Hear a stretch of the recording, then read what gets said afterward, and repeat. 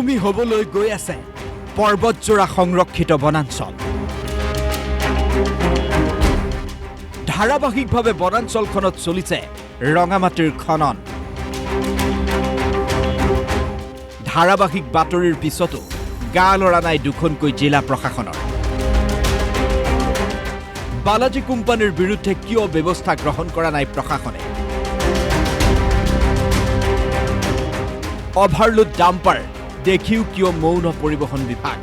এই প্ৰশ্নই এতিয়া স্থানীয় ৰাইজে উত্থাপন কৰিছে।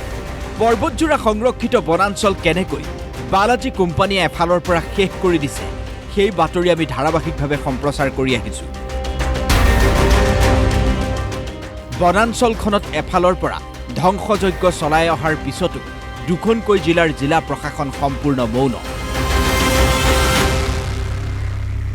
নিজ খেয়াল খুচি মতে ৰঙামাটিৰ সৰবৰাহ অব্যাহত ৰাখিছে বালাজী কোম্পানীয়ে।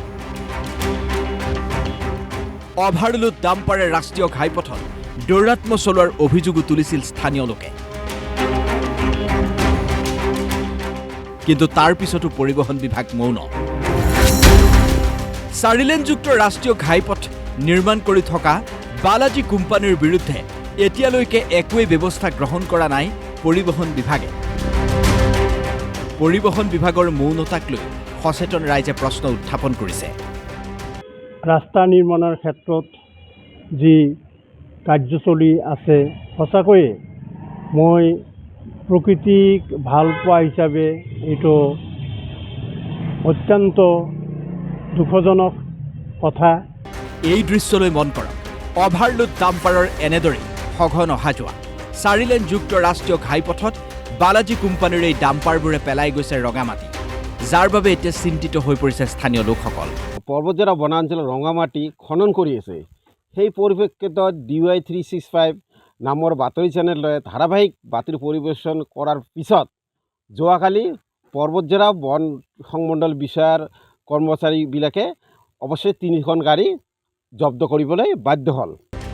ভয়ংকৰ দুৰ্ঘটনা হোৱাৰ পূৰ্ণ আশংকা থকাৰ সন্দেহ ব্যক্ত কৰি কোকৰাঝাৰ পৰিবহণ বিভাগ আৰু ধুবুৰী পৰিবহণ বিভাগৰ লগতে গৌৰীপুৰৰ যান বাহন শাখাৰ আৰক্ষী বিষয়া শ্যাম পণ্ডিত, ধুবুৰীৰ পৰিদৰ্শক ৰফিকুজ্জামানক বালাজী কোম্পানীৰ বিৰুদ্ধে ব্যৱস্থা গ্ৰহণৰ বাবে দাবী জনাইছে ৰাইজে। না গাড়ীৰ ড্ৰাইভাৰ হয় না নহয় আপুনি? আমি এইখিনি কথা বুজিছোঁ। আপোনাৰ গাড়ীৰ ড্ৰাইভাৰ হয় না নহয়?